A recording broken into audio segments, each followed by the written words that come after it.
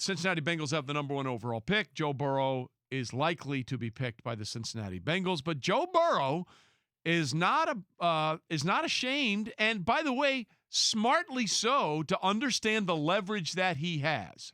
And, he's put out there that basically he says, I have some options. They have some options. We're going to see how this plays out.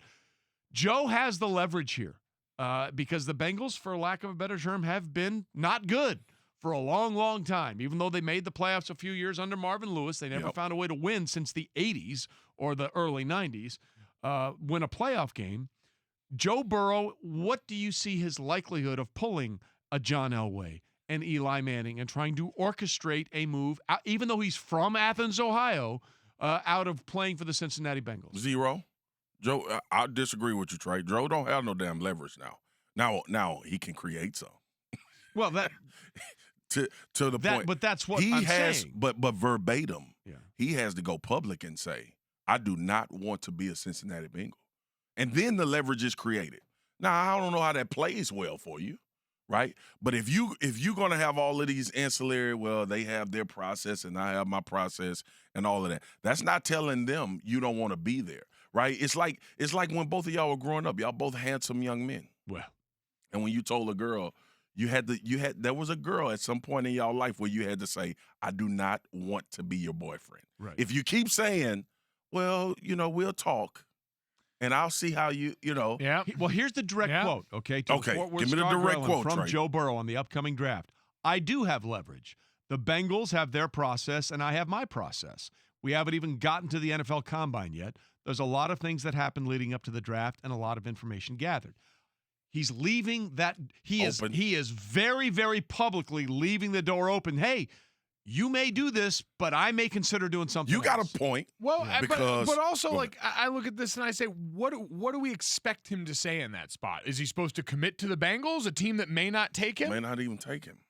Well, I understand now, Trey. Yeah. See, that's why you got to – Just laying it all out there for you. Giving you all the information. I said you've been doing this longer than I've been alive. I had to come to the side. That may actually be accurate, and that depresses the hell out of me on some 36. level. Oh, yeah, you're fine. We're All good. right, I'm good. I was born when you did. Thank you.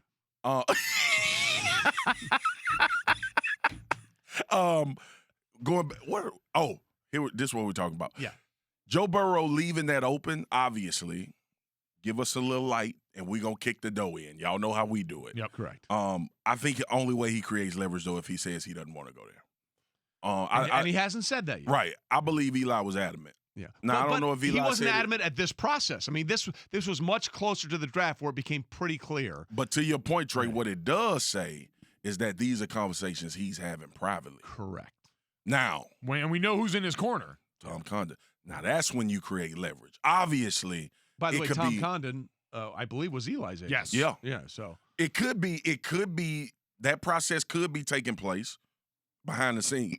But excuse me, for us, if you want me to think Joe Burrow has leverage, Joe Burrow is going to publicly have to say, "I do not want to go to the Cincinnati Bengals first overall." Correct. And then that's pressure, because not only is that pressure on Cincinnati, that's pressure on them to figure out what they're going to do.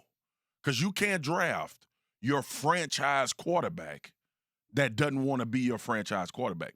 And by the way, he's training with Jordan Palmer, who's Carson Palmer's younger brother. Right. And we all know Carson Palmer's relationship with the Cincinnati Bengals. He's come out there and said it. Yeah. Like, they not trying to win.